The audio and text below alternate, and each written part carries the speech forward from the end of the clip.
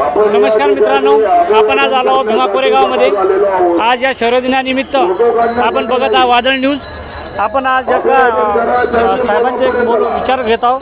साहेब, आपण कुठून आलात? मी अहमदनगर दिल्ली गेट अहमदनगर या भागातून आलो आहोत आणि आम्ही त्यावेळेस पहिल्यांदा आम्ही असा एक फायबरमध्ये स्तंभाचं हे केलेलं आहे आणि ते विक्रीसाठी इथं आणलेलं आहे। याचं काय महत्त्व आहे साहेब? या स्तंभाचं काय महत्त्व आहे आजच्या दिवशी जे एवढे अनुयायी इथं आले आहेत?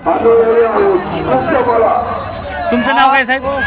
माझं नाव भगवान जगताप, इथला कार्यकर्ता आहे आणि फुले शाहू आंबेडकर चळवळ भीमा कोरेगावचं शौर्य गावखेड्यापर्यंत पोहोचवण्याचं कार्य आम्ही आमच्या कलेच्या माध्यमातून करण्याचा प्रयत्न करत आहोत।